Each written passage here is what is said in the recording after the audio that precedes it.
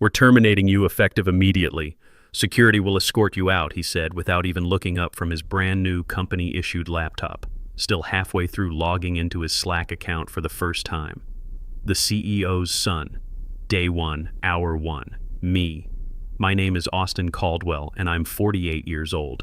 I've spent the last 26 years of my life building Apex Industrial Solutions, from a two-man operation in a rented warehouse to a $750 million manufacturing powerhouse. And this entitled kid just tried to fire me. No handshake, no explanation. Just a trembling HR director standing behind him like she was watching someone defuse a bomb with a paperclip. The ink on his onboarding packet was still wet, and he was already playing executioner. Bryce Ashford had his hair slicked back with enough product to waterproof a deck, his resume printed on thick cream cardstock, and his Stanford MBA confidence inflated like a bounce house at a bankruptcy auction. He didn't ask questions. He didn't even blink. Just read the line off his iPad, word for word. You could tell someone coached him, probably his girlfriend Madison, who'd been posting Instagram stories all week about my boyfriend's executive promotion with hashtags like #PowerCouple and #NextLevelLife. The pressure from his social circle was obvious. They expected him to make waves, prove he deserved the corner office. I didn't flinch or argue. I stood up, adjusted my jacket, and handed over my badge with the kind of grace you learn after 26 years of swallowing power plays and grinding through boardroom politics.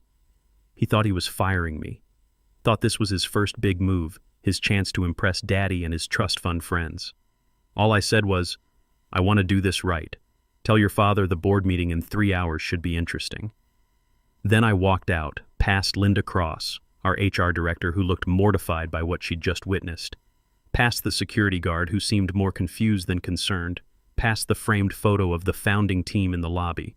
That photo, funny enough, included the guy who actually wrote the bylaws they built their entire empire on. Me. And hey, while I've got you here, if this already feels like the kind of corporate chaos that makes your jaw drop, do me a favor. Hit that subscribe button and give it a like. Not because I'm begging, but because it really helps the team keep unearthing these stories and exposing what really happens behind those glass doors. You'd be surprised how often the person getting fired is the one holding the leash. Now back to our regularly scheduled downfall. Let me tell you what those 26 years really cost me. While Bryce was figuring out which fraternity to pledge and which trust fund to tap, I was pulling 80-hour weeks designing manufacturing processes that would revolutionize industrial automation. I missed my daughter's high school graduation because we were finalizing the Patterson Steel contract. I missed my father's funeral because the EPA was breathing down our necks over compliance issues that only I knew how to handle. My ex-wife Sarah used to joke that I was married to Apex before I married her. She wasn't wrong. The joke stopped being funny around year 12 when she filed for divorce, citing irreconcilable differences with a workaholic. What she meant was, I chose building something lasting over building a comfortable suburban life. I chose equity over salary. I chose late nights in the factory over early dinners at home. I chose to understand every bolt, every process, every regulatory requirement that kept our operation running. While other executives played golf and networked at country clubs, I was on the factory floor, learning how our automated welding systems actually functioned. That knowledge wasn't just professional, it was personal. I held patents for 3 manufacturing processes that were now industry standard. I built vendor relationships across 15 countries. When our biggest competitor tried to poach our clients in 2018, they couldn't replicate what we did because they didn't understand how we did it. I did. 3 hours. That's how long Bryce had between his first firing and his first legal disaster. In that time, I imagine he celebrated. Maybe popped a little champagne in his corner office. My old office, if we're being precise. Maybe drafted up a chipper little LinkedIn post about decisive leadership and tough calls. Hell, he probably already had the hashtags queued up with Madison's help. #leadership, #innovation, #disruptor, or whatever buzzword his personal brand consultant told him would trend. Meanwhile, the board packet had already gone out. Clause 17C, titled Plainly Emergency Reassignment and Voting Suspension Trigger, buried in the original shareholder agreement like a landmine nobody expected to step on. Written by yours truly, reviewed by Patricia Wells. Our general counsel, signed by every investor who ever asked the smart question, but what happens if leadership goes rogue? The answer? If an executive is terminated without a formal board vote and that termination is initiated by an appointee with no equity, then the appointee loses all interim authority. The board convenes within the day. Voting power reverts to the majority shareholder, me.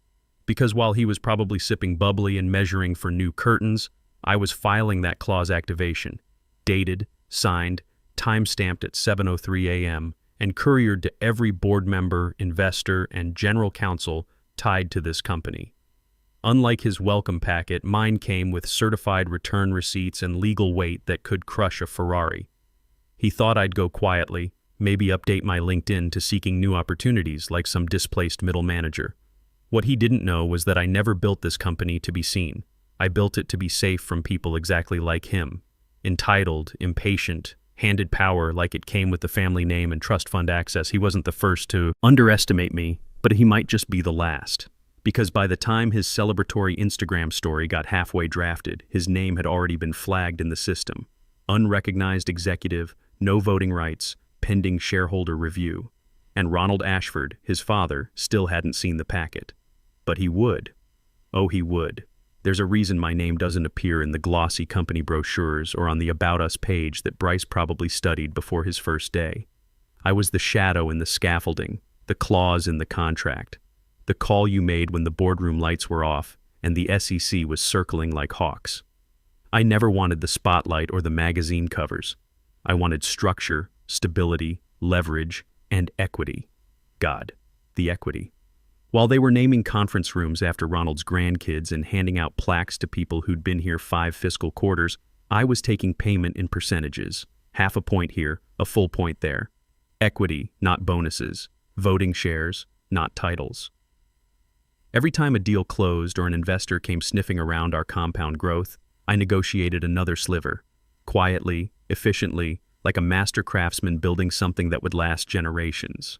I didn't play poker with company politics. I built the table and printed the cards. It started back when Apex was 2 folding chairs, a whiteboard covered in engineering sketches, and a founder who thought OSHA compliance was optional paperwork. Ronald Ashford was a visionary, sure, the kind who could see market gaps that others missed but couldn't remember if we'd paid our vendors or accidentally sent 6 figures to the contractor who painted our break room. I stepped in during year 2. Streamlined operations, stabilized cash flow, secured our first major manufacturing contracts that turned us from a garage operation into a legitimate industrial player. For my trouble, Ronald offered me a VP title and a corner office. I declined, asked for stock instead. "You'd rather own the ceiling than sit under it," he joked, not realizing he'd just described my entire business philosophy. "Exactly," I said. Titles change. Ownership doesn't. By year 3, I was sitting on 18%. Not through manipulation or backdoor deals, but through documented value creation that even our auditors applauded. By year 8, I held 41%. Every percentage point earned through late nights solving problems that would have bankrupted smaller companies. The real breakthrough came in year 15 when our CFO, James Fletcher's predecessor, left in a screaming match over what he called misallocated funds. What he really meant was he got caught skimming consultant fees into his personal account. When the smoke cleared, he needed cash fast to avoid criminal charges. I picked up his 14% stake at 60 cents on the dollar. He needed the money. Federal investigations are expensive, and his legal team wasn't working for free. The final piece came 3 years later when Ronald's brother tried to sue us into oblivion over some alleged patent infringement that never existed. Thomas Ashford was bitter that he'd sold his initial stake for $200,000 back when the company was worth maybe $2 million. When we hit $500 million valuation, his regret turned into a frivolous lawsuit claiming intellectual property theft. The case was garbage, and we both knew it. But litigation is expensive, time-consuming, and damaging to client relationships. After 18 months of legal warfare that cost us both more than the disputed amount, Thomas offered to settle privately. I took his remaining 17.3% stake in exchange for a bulletproof NDA and his promise to never contact another Ashford family member about business again. 72.3%. That's where I sat by year 23, quietly. No fanfare, no parades, no press releases. Just majority ownership, neatly filed in the Delaware corporate registry where smart lawyers look and dumb executives don't. And nestled inside that ownership structure was Clause 17C, a weird little appendix section that nobody ever bothered to read because we'd never needed it. The clause stated that if a non-equity executive ever terminated a corporate officer without a formal board vote, all executive powers would be suspended pending emergency shareholder review. It was a clause born from necessity, written during a particularly ugly incident 8 years ago when Ronald's nephew tried to fire our entire marketing department during what I can only describe as a cocaine-fueled tantrum. Kid thought having the Ashford name meant having Ashford authority. I watched his LinkedIn profile go dark within 48 hours and his trust fund access get suspended indefinitely. That was the last time anyone in the extended family touched power they didn't earn through actual contribution. Until now. Because what Bryce didn't understand, what apparently nobody taught him during his $200,000 Stanford MBA program, was that inheriting a job title doesn't mean inheriting actual control. Control isn't gifted or granted or handed down like a family heirloom. It's not in your last name or printed on your business cards or displayed on your office door.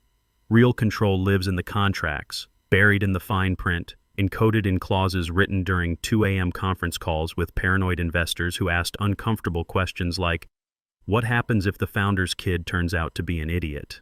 Turns out it activates exactly like this. One arrogant termination, no board vote, no documented cause, no proper process.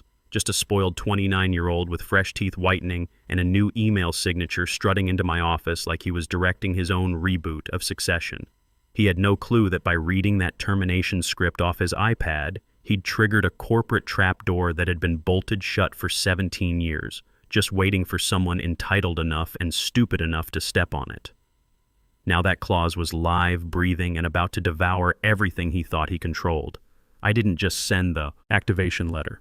I sent a full legal arsenal, shareholder statements, equity breakdown going back 26 years, archived email approvals, timestamped documents, notarized copies of every transaction that built my majority position. I even included Bryce's little termination memo signed with his inexperienced flourish and dated that morning, complete with its grammatical errors and Linda Cross's reluctant HR cosign. They'd laugh about those typos later. Well, someone would. Because while he was probably figuring out how to order office plants and get his executive parking spot upgraded, the board members were opening a very different kind of delivery. Sealed in fireproof FedEx envelopes stamped confidential, Clause 17C, activation. The courier had arrived at exactly 9:15 a.m., handed the packets to executive assistants like they were jury summons, and left without small talk. Inside each packet was a 3-inch thick stack of corporate hell. Cover page, Clause 17C activation. Shareholder transition proposal. Subheading, request for immediate emergency board meeting under Bylaw 8.4. The kind of legal language that makes seasoned executives reach for antacids and their personal attorneys. Attached was my signed trigger letter, time-stamped at 7:03 a.m., hours before Bryce ever walked into my office with his termination theater. Also included, complete equity documentation showing every share I'd acquired, every transaction validated, every co-signed agreement that built my 72.3% majority position over more than 2 decades of strategic patience. The reaction wasn't instant. It was worse. It was the slow, creeping realization that spreads through a boardroom like carbon monoxide. Invisible, deadly, and absolutely unstoppable once it's in the air. By the time Patricia Wells, our general counsel, skimmed past the corporate formalities and hit the operative phrase, suspension of executive authority upon unilateral termination by non-equity appointee, she actually said out loud to her empty office, "Oh no," and then again, quieter, like a prayer to a god who'd stopped listening. "Oh no." The packet also included a meeting mandate that nobody could ignore. The board was legally required to convene within 3 hours of clause activation. That timer had already started ticking the moment I filed the documentation. I didn't need to be in the building. The law was, the contracts were, and they were all on my side. Meanwhile, Ronald Ashford was mid-back swing on hole 7 at the Dallas Country Club he'd half-funded through corporate sponsorships, chewing a Cuban cigar that matched both his tan and his oversized ego. The first call came in during his approach shot. Ignored. The second one interrupted his putt, also ignored.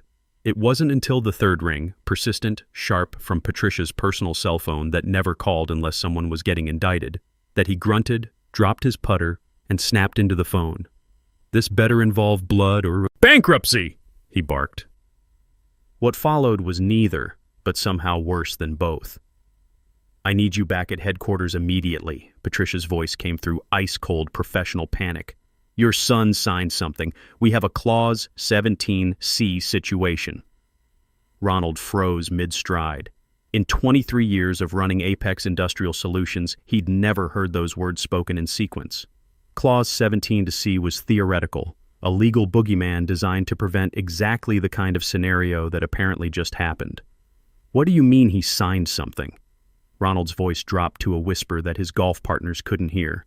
"He terminated Austin Caldwell. Alone. Without board approval. Without cause documentation. Without authority." The silence stretched for 10 seconds before Ronald spoke again.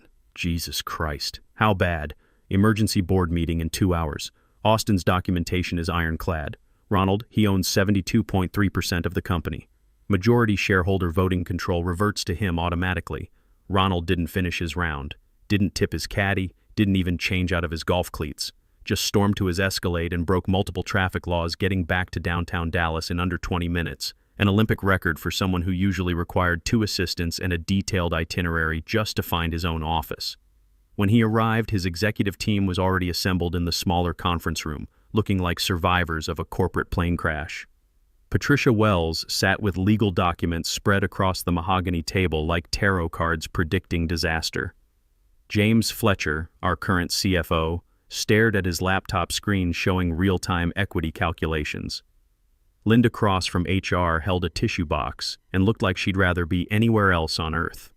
Patricia didn't waste time on pleasantries. She opened her leather folder, took a deep breath that seemed to draw oxygen from the entire room, and read, "Per Clause 17C, amended shareholder agreement dated March 15, 2018, any executive termination carried out by a non-equity appointee without prior board vote shall result in immediate revocation of all interim leadership authority, suspension of executive appointments made within the past 48 hours, and automatic deferment of executive control to the majority shareholder pending emergency board review."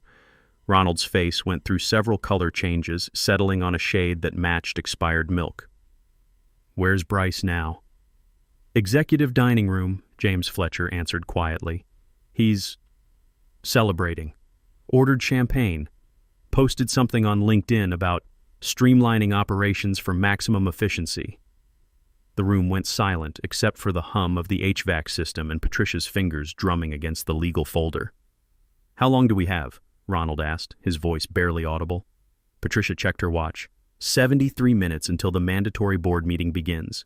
Austin will be here, and when he walks in, he won't just be an employee seeking justice. He'll be the majority shareholder, taking control of his company. The weight of those words settled over the room like a burial shroud.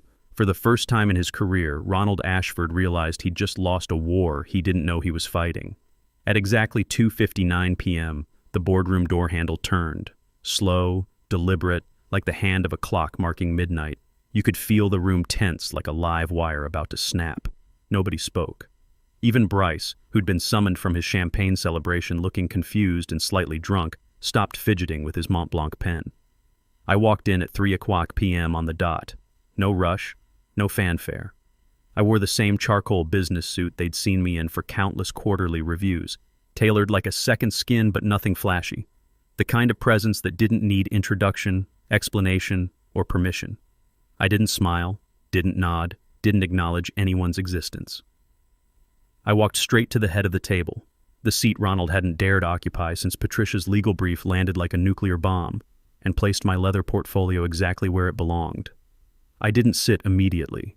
I opened the folder with surgical precision and read, my voice carrying the weight of 26 years of preparation. As majority shareholder holding 72.3% of Apex Industrial Solutions, I formally request a binding vote to rescind all executive appointments made within the past 48 hours, pending comprehensive shareholder review and corporate restructuring.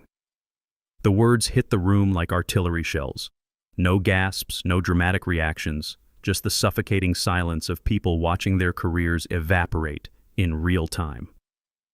Board Chair William Morrison, a 70-year-old industry veteran who'd seen hostile takeovers and corporate coups, cleared his throat like he was announcing a death in the family. Motion received, logged, and entered into corporate record for immediate consideration.